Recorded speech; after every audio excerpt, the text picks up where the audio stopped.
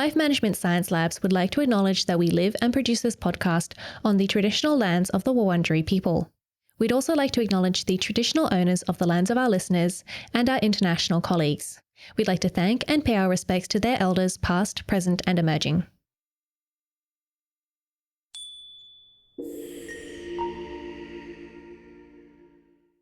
Hi everyone and welcome to On the House, the Household Management Science Insights podcast produced by LMSL, the Life Management Science Labs.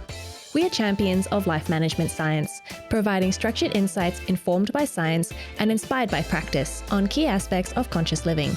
Each week we bring you scientific and practical insights on each element with the expert knowledge of professionals in the field. I'm your host, Gabriella Yastra, coming to you from Naarm, Melbourne, Australia. Let's begin. Hello and welcome back to the show. Have you ever felt like your finances are a tangled mess with your bills that you can't afford to pay in time piling up faster than your laundry? Well, I'm here to tell you that you're not alone. According to the latest Australian Census survey done in 2019, 75% of households faced debt in 2019 to 2020. Additionally, a more recent report done in 2024 by Mozo found that 1 in 6 Australians can't afford to save due to cost of living pressures, and more than half of Australians have less than $5,000 in their bank accounts. So all this to say, there is nothing to be ashamed of. Today, we're exploring all there is to know about household finances, from credit conundrums and superannuation to budgeting basics. And hopefully, this will help all of us make more informed financial choices. And guiding us through this is senior lecturer in finance, George Mihaylov, who currently sits on the faculty of the University of Adelaide's Adelaide Business School and serves as director for the International Centre of Financial Services. George's research typically evaluates the financial consequences of individual decision-making for households, small and family businesses, as well as large listed corporations. So we're fortunate to have him share his expertise with us on the show today. Welcome, George. Thank you so much, Marie. It's a pleasure to be with you. Yeah, it's great to have you here as well. But before we begin, tell us a bit about your background and what compelled you to pursue finance. Yeah, so great question. I suppose as a young student in high school, I had a talent for mathematics. And then going into university with my friends from high school, I remember kind of thinking to myself, oh, mathematics is wonderful, but I need some sort of application for it. And so I thought, what better thing to get into than banking? And that's how I kind of ended up with a degree in finance. And then I graduated right around the global financial crisis. So I don't know if you remember much about that time, but jobs in banking and finance were hard to come by. And that's how I sort of ended up pivoting into academia. And now I'm a researcher with the Adelaide Business School, and I teach lots and lots of wonderful, intelligent, talented students. And I research in a kind of eclectic range of finance-related topics. Yeah, that's really interesting. I can't say that I was very passionate about mathematics, but that's probably why I'm on the other side here learning from you. But so what can you tell us about, some of the common misconceptions that people have about household budgeting? Yeah, I mean, wonderful question. I'm sure there are many. One that really stands out is, I think when I hear people talking about it, that they usually tend to frame it as, if I just budget a little bit better, that's going to help fix my problems. Whereas budgeting is really kind of just like the administration that goes behind how you're spending your money and how you're earning your money. And, this notion that if I just cut out a few, I suppose, little luxuries that I like to splurge on, if I cut them out of my budget, that's going to really help me get ahead. It's probably the thing that I most often encounter that I kind of, tell folks, take a step back, let's have a look and let's have a think, because there's a range of different things you can do. It's not just about only cutting costs on luxuries. Yeah, that's really interesting. And I actually remember that being like a common statement amongst the older generation when there was this huge debate about like if the younger generations are truly in financial crisis or if they're just spending too much on those little luxuries.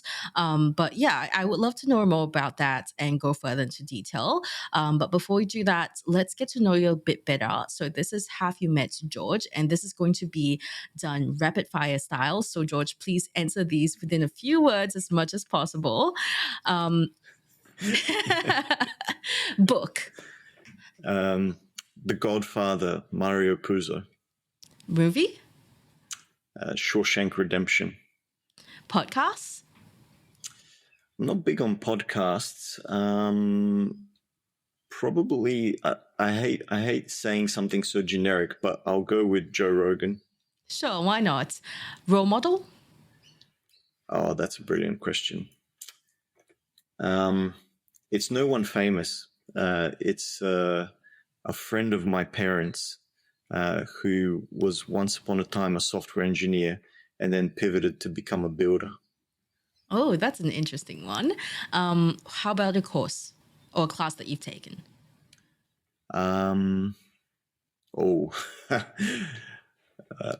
Mathematical Statistics 3.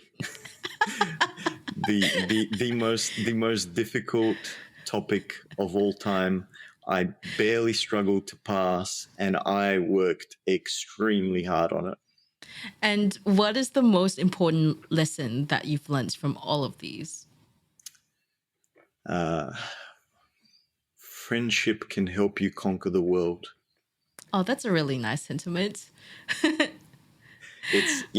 could wax lyrical about that, but I guess no, I won't. But yeah, there's a theme there about family and friendship. It's a personal values based thing. Yeah, well, thank you for sharing that. It was great to get to know you a bit better. Now, let's dive right into the interview. And for starters, how would you define household management?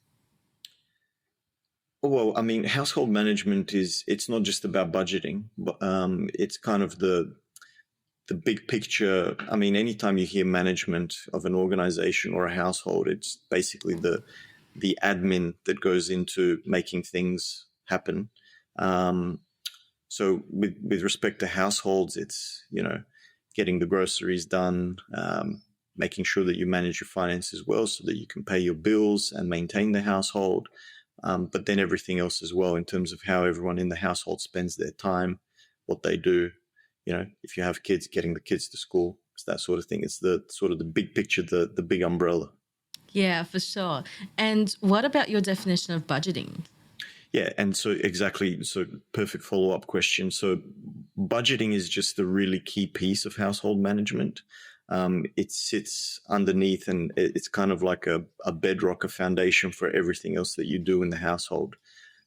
So whether that's aspirational, like trying to get to a holiday, or whether it's meeting some sort of family emergency that's taken place, even if it's something as mundane and daily as, just doing the grocery shopping, household budgeting and the household finances underpin all of that. So, really important piece of household management. And what would you say is the importance of understanding household finance and budgeting? Oh, the importance is enormous, I think. I mean, I don't want to sound too abstract and philosophical, but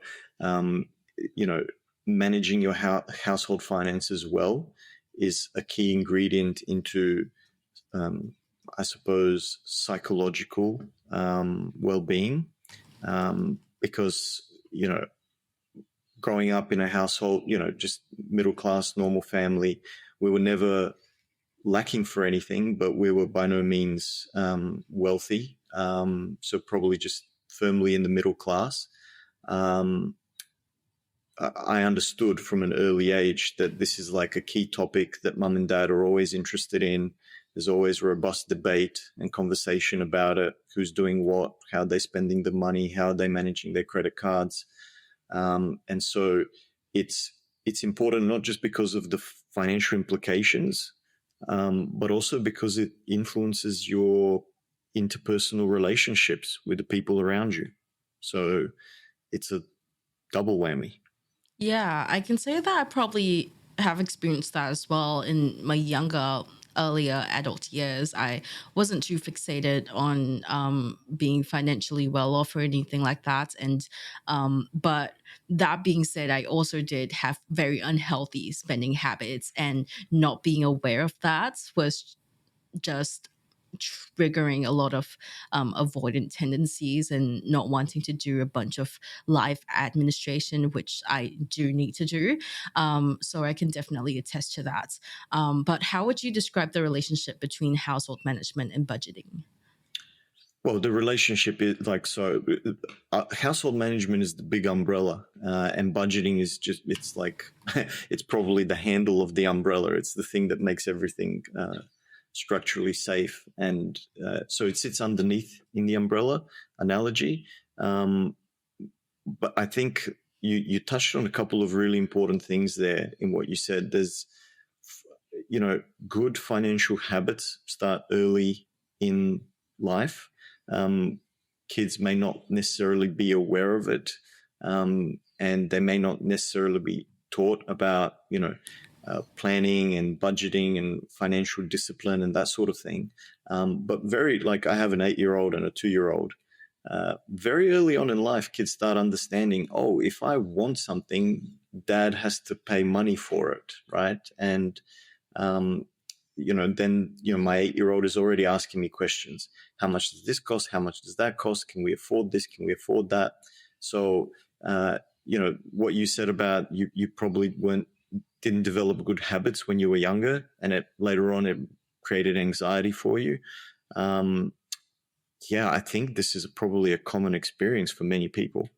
So absolutely, we should talk about that in more depth.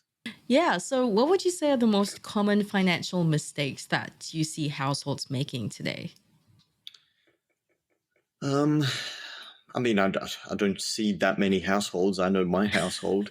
But yes, look, it's kind of well known. A lot of people are struggling at the moment. There's a lot of inflationary pressure in the last, I suppose, 4 or 5 years. There's, housing's getting more expensive, groceries are getting more expensive. And for households trying to navigate that sort of difficult external landscape, there are plenty of challenges. Common mistakes, I would say, certainly a failure to budget would be a big one. Budgeting is all about planning. And if you're not kind of proactively getting ahead of, how much income am I going to receive in this period, in this week, in this month, versus what are my expenses in this period? Am I going to be able to meet my expenses with my income, or do I have a shortfall? If I have a shortfall, where do I get that money from? Leads us into questions around debt and credit card debt, payday loans, and the bigger picture around investment and planning for your retirement. So there's lots of different challenges, and I suppose people are prone to making mistakes in any one of these fields. Ignoring the fact that they need to plan for retirement earlier rather than later, postponing, not placing any importance on investment, even if it's like small amounts. And then I suppose, just the big risk factor is always just mismanaging debt, and kind of getting yourself into, digging this sort of a bigger and bigger hole for yourself with debt over time, and then the interest accumulating and making it harder and harder for you to kind of claw your way back out of the hole. I suppose these would be the biggest things. Yeah. And with regards to budgeting basics, the 50/30/20 rule is kind of touted as the rule in budgeting, right? Where you'd ideally spend 50% of your after tax income on necessities like rent and food, and then 30% on wants like eating out or shopping, and then 20% on savings and debt. So, how might this differ across households and individuals? Yeah, fantastic question. I have heard of the 50-30-20.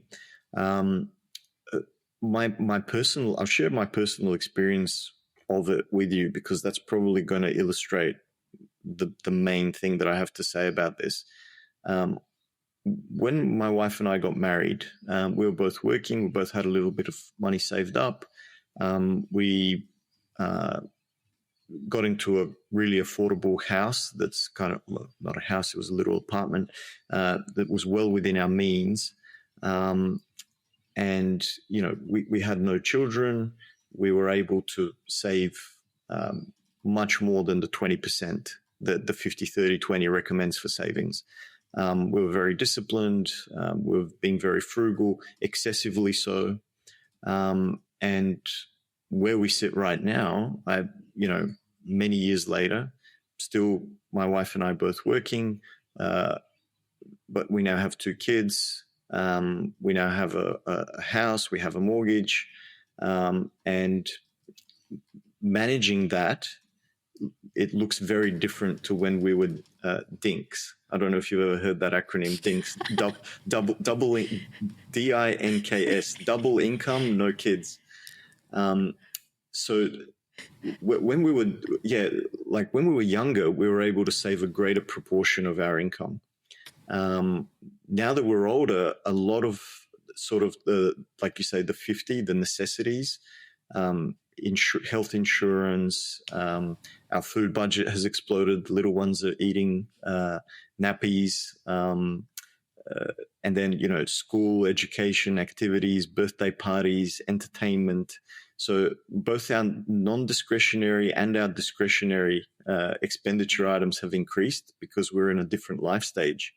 And so really, the 50-30-20 sounds nice. It's nice to have a little rule of thumb that's kind of prescriptive and hints to people what they should be aiming for. But really my comment here is that it varies with the life stage that you're in. In financial research, we have something called life cycle effects. And so, the 50-30-20 and household budgeting are definitely subject to life cycle effects. Depending on what stage you're in, it will influence how much you're able to save and how much money you have left over after paying for all of your necessities to kind of spend on life's little luxuries and or to save. And I suppose that later on in life, again, that balance tips. It's like a seesaw. I imagine households where you're still working, but your late stage career, the kids are either moving out or thinking of moving out. I imagine that you start to regain a lot more financial flexibility at that stage. Yeah. So, what can you tell us with regards to the different life stages and a good ratio to aim for? I can imagine Yeah. it's hard to prescribe, but Yeah. yeah. So, I mean, what I would say is this: the 50 in the 50-30-20, it's probably too low for the modern day and age. I'm aware of households from our research that spend in excess of 35% just on housing from their income, and so there's no way that the remaining necessities like utility bills and food, there's no way that they fit within 15% to make that category. That I call it non-discretionary spending, right? It's non-discretionary is not the best way to describe it because, of course, you have discretion. You can choose to eat expensive food, or you can choose to save money and eat cheaper, or eat at home rather than eating out, or you can move into a cheaper rental, or you can sell your house and downsize. So you do have control over your housing costs to some extent. But ultimately, let's assume that like you've completely optimized. You're living very frugally, if that's a word. You're living well within your means. There is still some sort of baseline level of spending on those items that you can't avoid. Whereas when we talk about things like entertainment, you can in theory bring it down to zero. cut out all your subscriptions, don't go to the movies, don't go out, which I guess makes it, both categories are discretionary, but the optional things in life are more discretionary than the mandatory ones. Anyway, all of that is a roundabout way to say I don't think most households can spend only 50% on the necessities. I think they need to spend more. So I wouldn't be surprised to see people spending 60 or 70 or 80% on necessities. And then obviously those higher percentages, they have to come out of people's ability to spend on the luxuries in life and or their ability to save for the future. So I think that's where most folks are. And so in terms of, if I can be so bold as to give a little bit of prescriptive advice, I would say, discipline is really important, and taking advantage of periods in life which you might have greater financial flexibility in those periods. That's really important. So when you can save, I would say save more than you need to. And when you that kind of creates a buffer, so that later on, if you're not as well positioned to save as much, then you can kind of draw on that buffer and still maintain a standard of living that you're happy with, or kind of stay at least somewhat on track with your medium to long-term financial goals. Yeah, and in terms of saving, according to money.com.au, a high interest savings account is the most popular place for Australians to store their savings, with 50.3% of them doing so. So, what are your thoughts on this, and what are the advantages or disadvantages of putting all of your savings into just a high interest savings account? Brilliant question.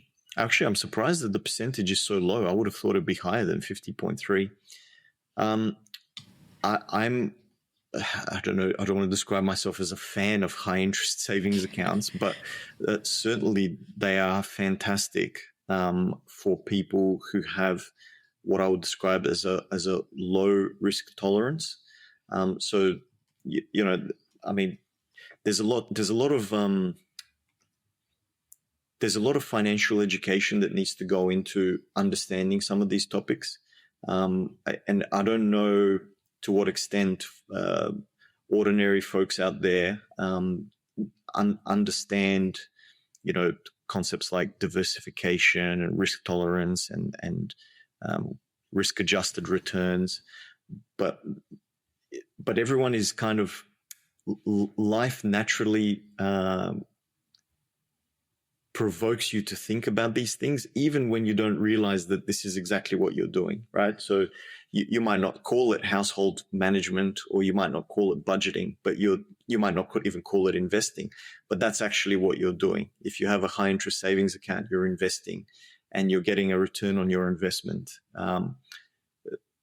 That return in the past few years has been increasing, but previously to that, at least in Australia, where I'm at, the interest rates were very low. And so the amount of money that you would get as a return on your holding of one of these high interest savings accounts was very, very low. There's still this common perception around it being safe. And I want to put that in quotation marks, because it's only as safe as the lender that or the deposit-taking institution is creditworthy. But assuming that most banks are pretty reliable, stable, which I know that even that's a big assumption historically, that hasn't always been the case, especially in the United States, but elsewhere as well, not just in the US. Some names come to mind I won't mention. People's perceptions around what's safe and unsafe need to be adjusted for what they're getting in return for that safety, or vice versa, right? So the two go hand in hand. It's safe, which means you get a low rate of return. And if you go somewhere else and take a slightly higher risk, then you would expect to achieve a better return and to make better progress over time. So it's kind of like, I would never tell anyone to pull their money out of a high interest savings account and to plow it into the stock market. But certainly many people and many households could potentially benefit from doing something like that.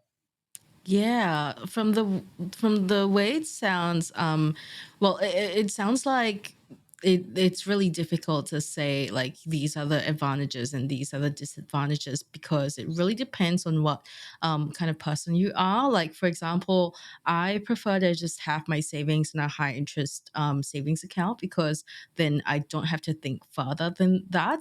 Whereas my partner really loves to dabble in the stock market and he also makes sure that he's informed about the decisions he makes. So he's always keeping up with the news, and a lot of it is guesswork as well as calculated guesswork. Essentially, I just can't take that stress, but he gets the good kind of stress from it. So and from his view, you know, the amount of money that he's put in, the return that he's gotten far exceeds any amount that he would get from the putting it in the high interest savings account. So it pays off eventually. I would just prefer not to have to think about that at all. So yeah. You raise you sorry to cut you off. You raise an amazing point, right? And so there's this concept around we all have limited attention spans, and so it's not like it absolutely is far more costly in terms of your time and I suppose emotional and psychological energy to plow money into the stock market rather than to just keep it in a bank account. So those are real concerns, and lots of people will probably feel uncomfortable or unfamiliar. They wouldn't even know where to begin. But even for someone like your partner who is open to doing it and has an interest and doesn't mind spending the time to do it, even folks like that are subject to limitations. You know, you're not a professional investment management house. You still have to work presumably some sort of other employment. You don't have the capacity, the mental bandwidth to keep an eye on what's happening with all of the, you know, S&P 500 firms.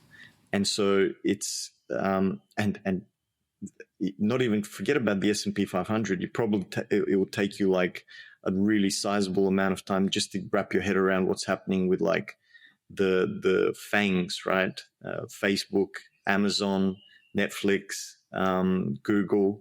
You know, so it's difficult for people to process that much information. And so, yes, even for someone who's active in the stock market, most people probably end up just kind of word of mouth. I saw a documentary, someone told me, or, you know, I just put my money into whatever's popular, or I took a gamble and I know that I am, that kind of thing.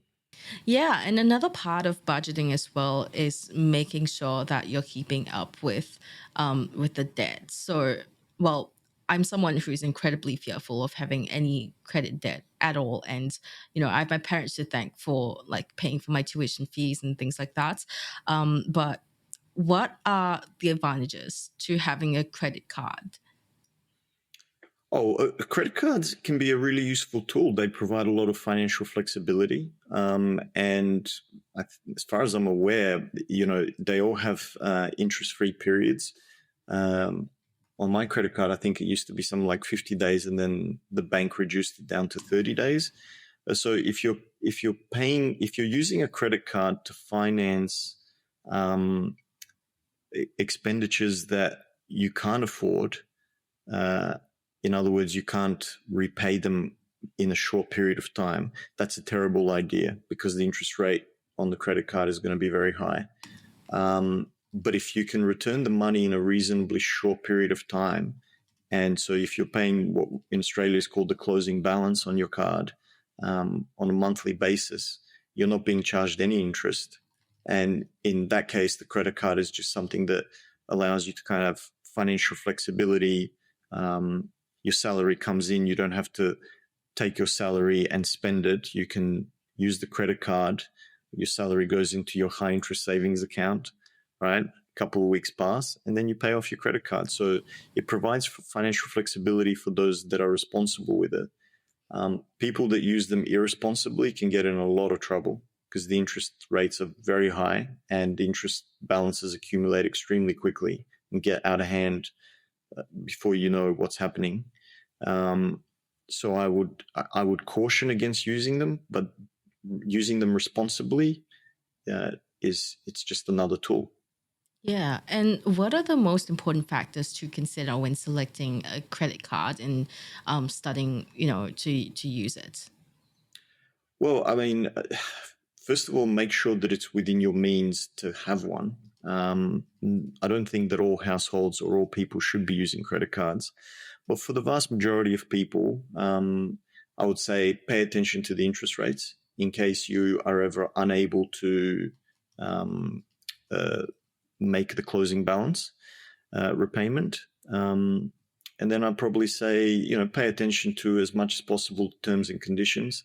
I mean, there are wonderful websites nowadays where, they kind of do all the legwork for you and they compare different offers from different financial institutions. Be wary of like promotional stuff, I suppose. Like if they're just trying to entice you to take out a credit card because they're giving you some sort of bonus points or there's some sort of reward system in place. I mean, that can be okay. But again, it's maybe not a red flag, but a yellow flag that, you should kind of do your own research and take the time to figure out in detail what it is exactly that you're signing up for. Yeah, and I think another part of budgeting in household finance that people don't really discuss very much or think about too much in detail is superannuation. So what types of super funds are there and what are the differences between them? Yeah, I mean, fantastic question. Just before I talk about types of funds, so because I know you have probably a more international audience, superannuation is Australia's kind of pension system, and it works both on compulsory contributions and voluntary contributions. So there's a mandate from the federal government in Australia that some proportion of your pay gets put into superannuation on your behalf by your employer directly, and you have no control over that.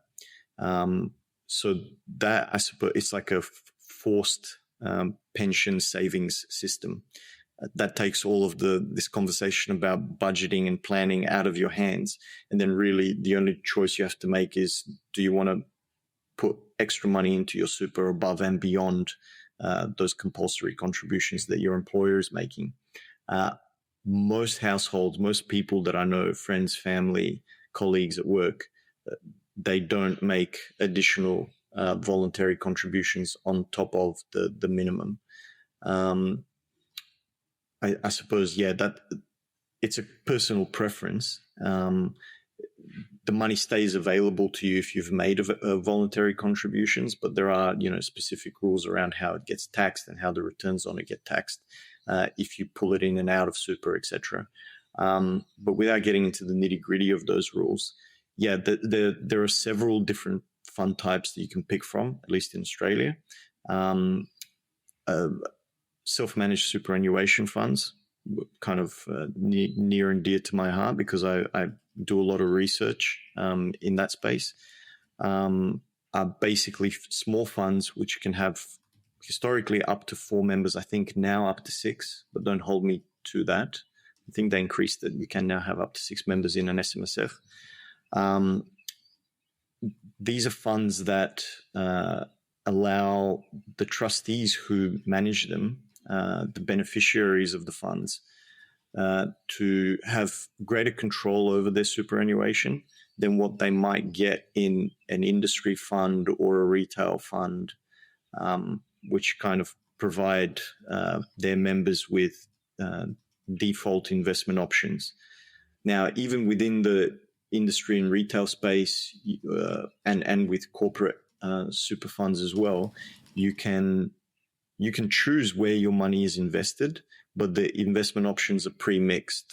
So you just pick broad categories like Australian equities or international equities or cash and fixed income, and listed and unlisted trusts. There's a few other categories, but you don't really get any control within each of those categories. When you say Australian equities 10%, the fund manages that on your behalf, and you just naturally run with the assumption that it's well diversified and that they're kind of managing your money either passively or actively, depending on what their disclosed strategy is. But in an SMSF, you're not subject to that limitation, right? So you can actually go in and handpick individual stocks that you like, and or other assets, including property, including antiques and things of that nature. That's not necessarily guaranteed to produce a better outcome for you.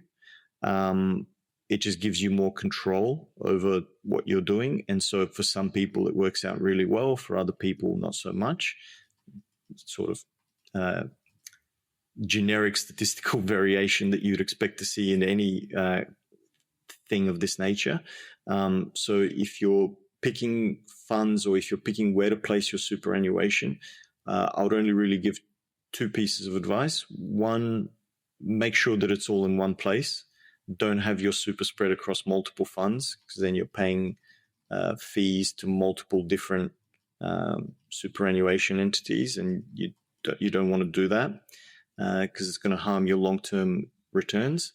And then the second thing I'd say is there are some fantastic websites now that compare the performance of the funds, and the prudential regulator in Australia, APRA, they also publish, detailed reports on how funds are performing. And so, you really have control as to where your money goes at that kind of high level. If you're unhappy with your fund, roll your balance over to another fund that you're more likely to be happy with. Yeah. So how valuable is it to shop around and compare before committing to one?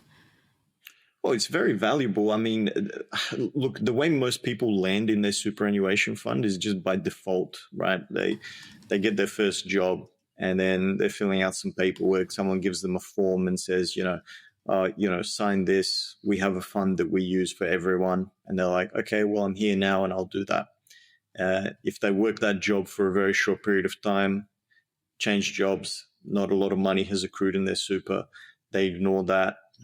They get to a new job, they give them the same form, they tell them the same thing, and they're like, yeah, whatever, I'm not going to pay attention to using the fund that I was given at my first job. I'm just going to sign up to this new one. So I can't remember what the actual statistic is, but definitely it's greater than one. The number of superannuation accounts per person in Australia as a ratio. And so there's a lot of money just sitting in super that's kind of mismanaged. I don't want to reveal too much, but my wife suffered from this many years ago, and I remember on her behalf collating, superannuation balances from 4 different funds into a single balance on her behalf, and just kind of talking her through that process. And she was just, this is a nightmare. I don't want to deal with it. I don't care. I don't want their money. It's good. Whereas I, basically consolidated everything on her behalf just because that's the smart thing to do and that's the right thing to do. Right. Yeah, that's really interesting. And I know that some households may also consider consolidating their superannuation into one account. So what are some of the advantages and disadvantages of this move? So you mean for an individual, or you mean for an entire household? For an entire household. Okay. So so that's exactly what SMSFs are for, right? And lots of families throughout Australia have done this and are doing this. The SMSF sector is thriving and growing and has been over a number of years.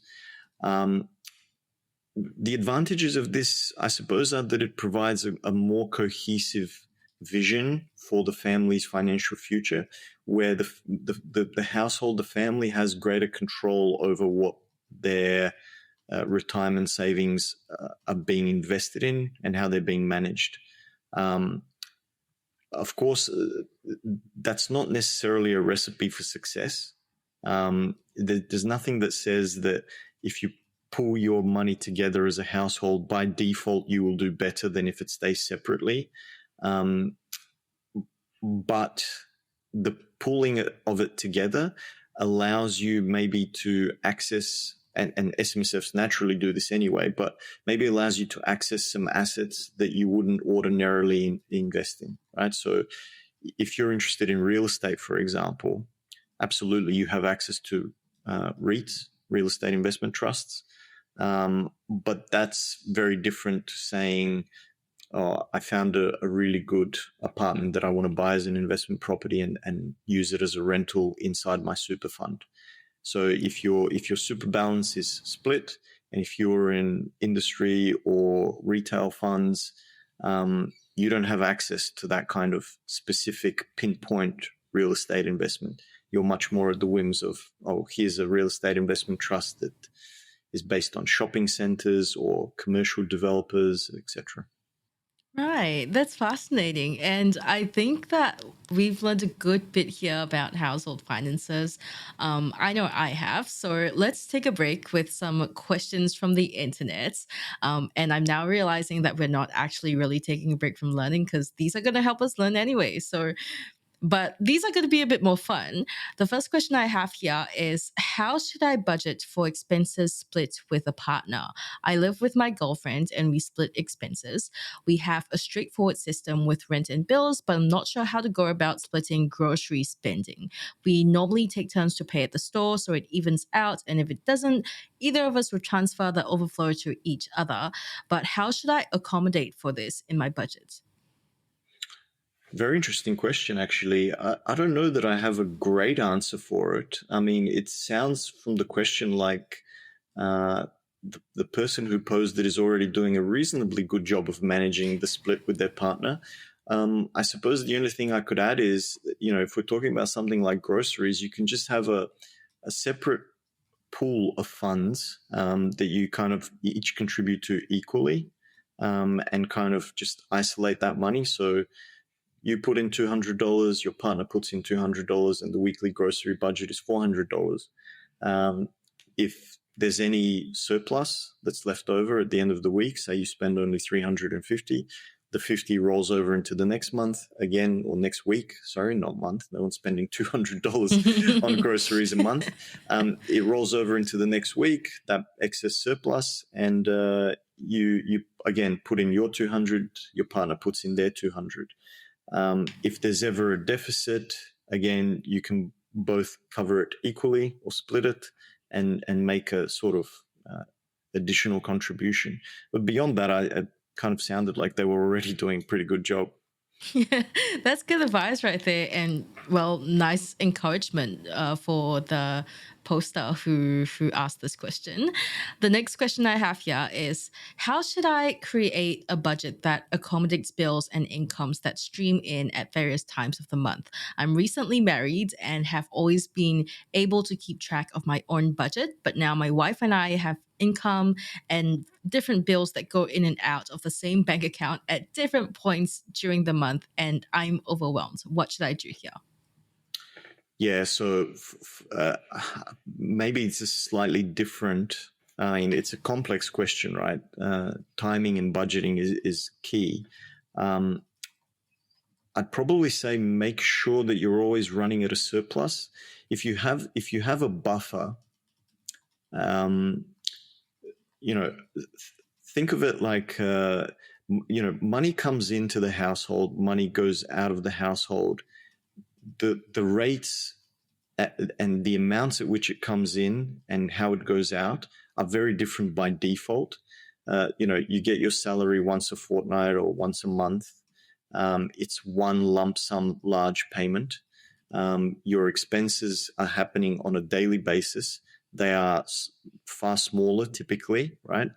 I bought myself, for lack of a better example, a Big Mac meal, right? That's $15. My salary comes in, it's $2,000.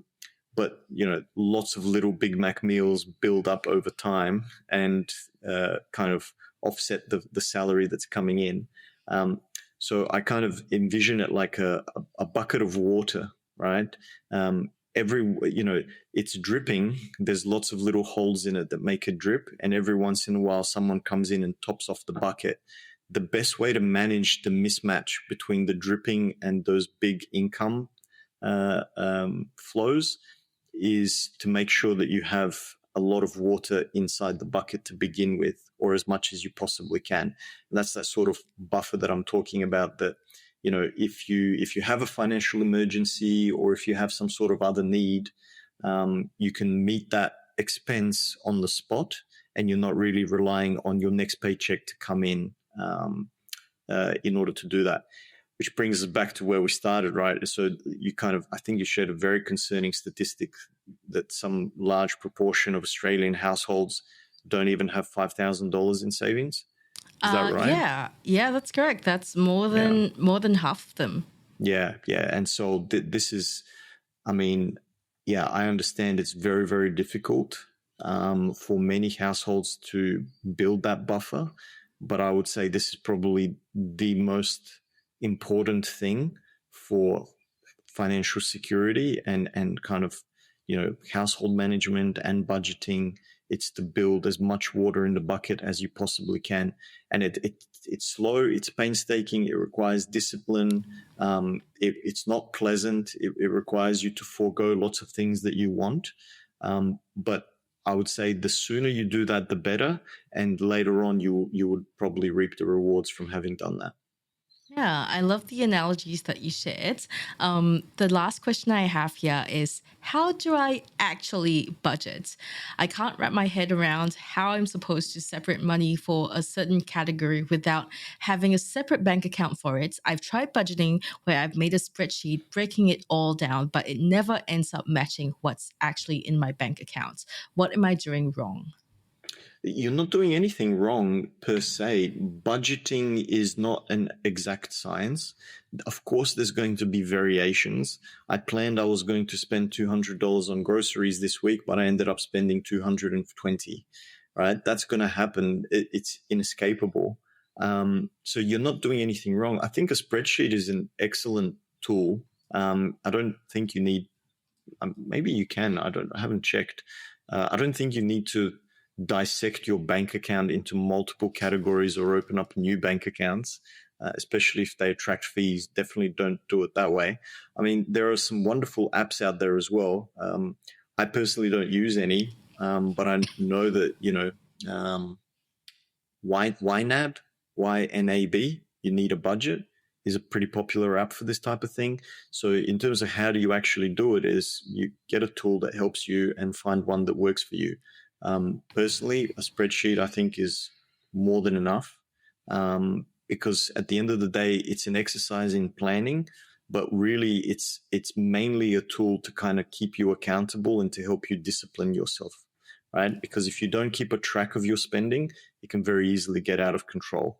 So it's not about so much matching your actual expenditures to your budgeted expenditures, but it's more so about making sure that whatever variations there are between the two, that they are reasonable and not that they are unreasonable.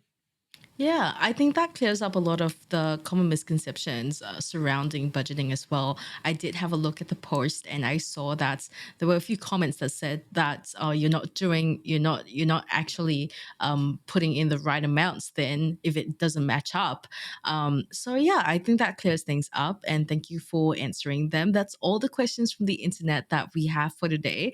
So now let's take a look at what we can do in our daily lives to improve and take control of our household finances. So for starters, what is a habit that you'd recommend practicing with respect to household budgeting and finance? Oh, wow. A habit.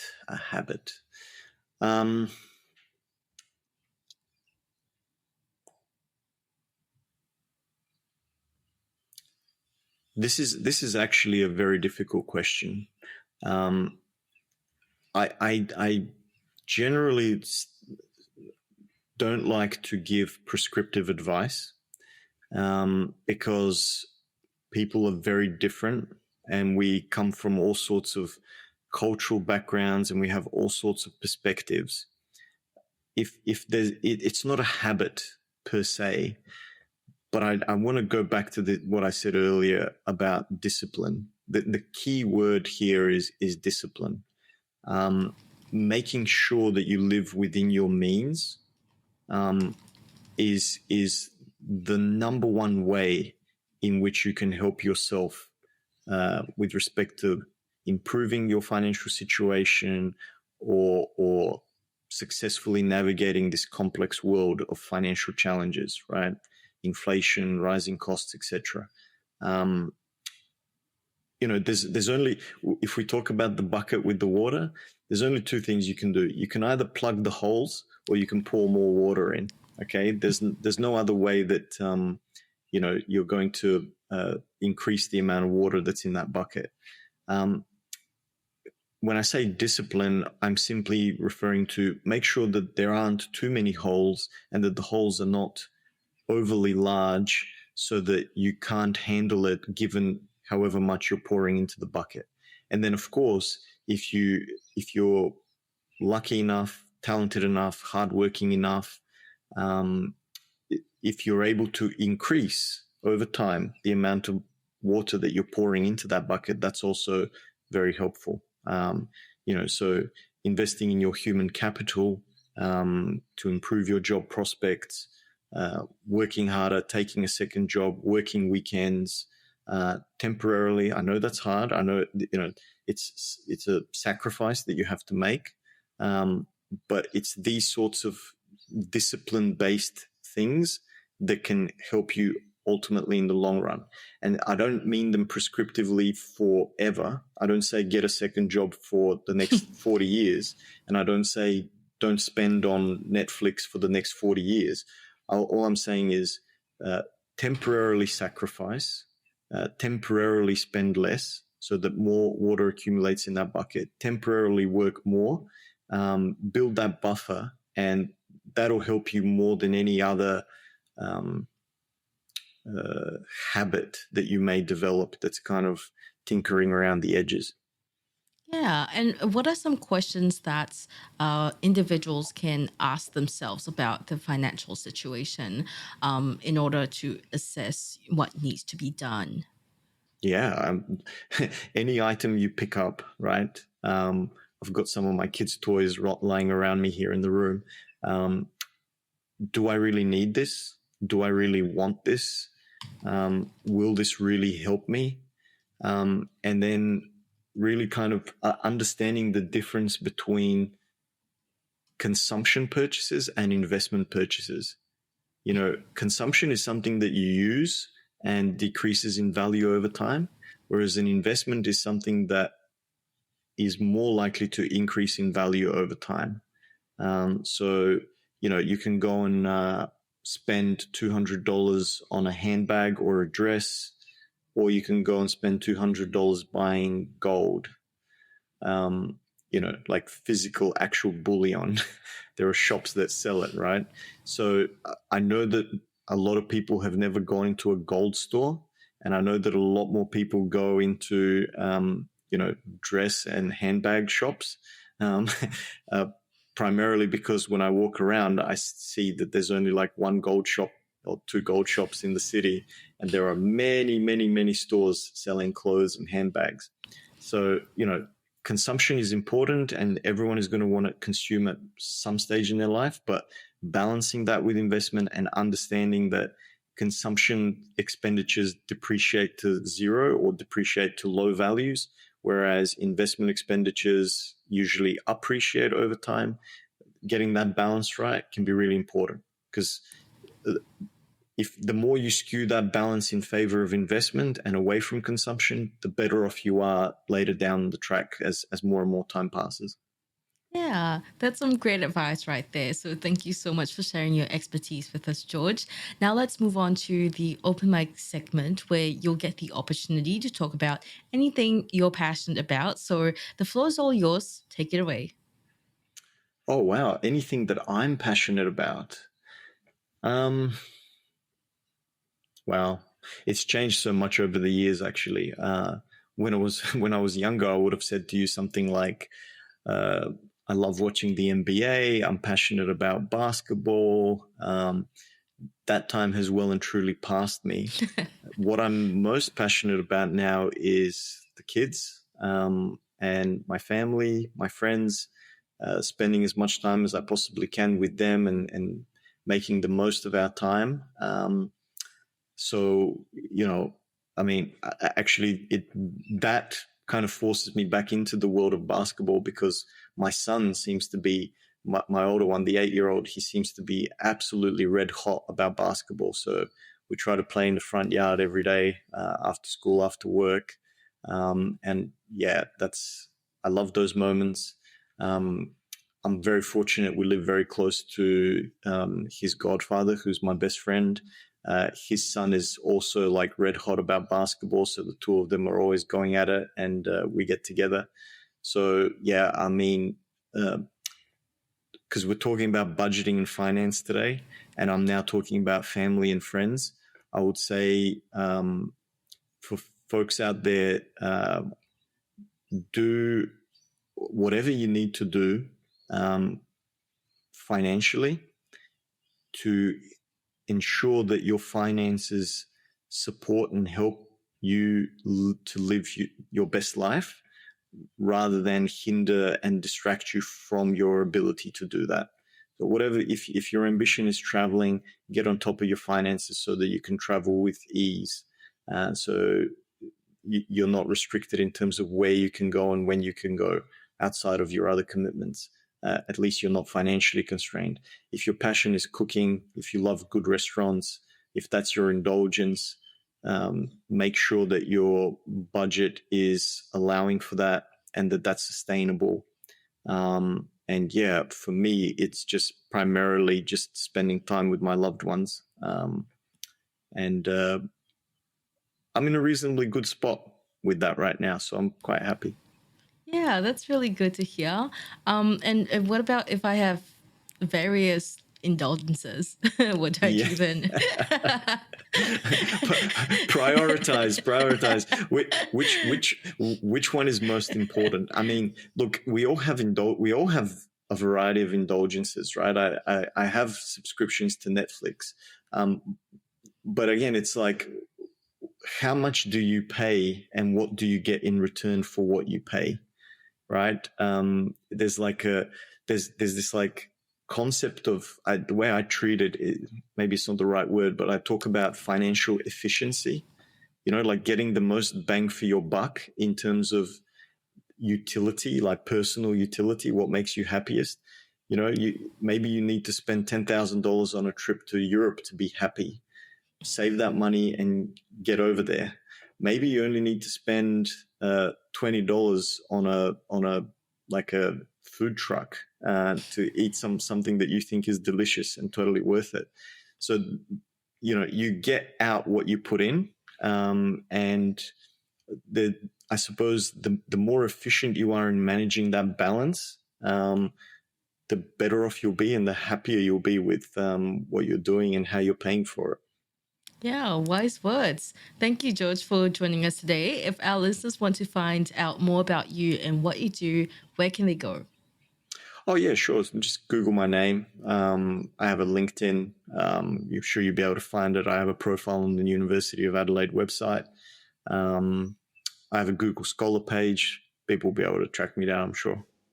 All right, amazing. Well, we'll link those in the show notes. Thank you, everyone, for tuning in. We hope that you learned something about household finances, how to budget, what kind of superannuation funds to pick, and as well as credit. So we'll catch you in the next episode, and see you there. Thanks, Marie. You've been listening to On the House, produced by the Household Management Science Labs, a division of LMSL, the Life Management Science Labs. More episodes like this from across 10 life management perspectives can be found by searching LMSL on Apple Podcasts, Google Podcasts, YouTube, Spotify, and other podcasting apps available on your smart devices. If you enjoyed this episode, please consider rating our show, sharing it, and subscribing to our channel, as it helps other people find it so we can grow and bring you more quality resources. More of our work can be found on our website at hm.lmsl.net, where you can join our movement. I'm Gabriella Yastra. Thanks for tuning in.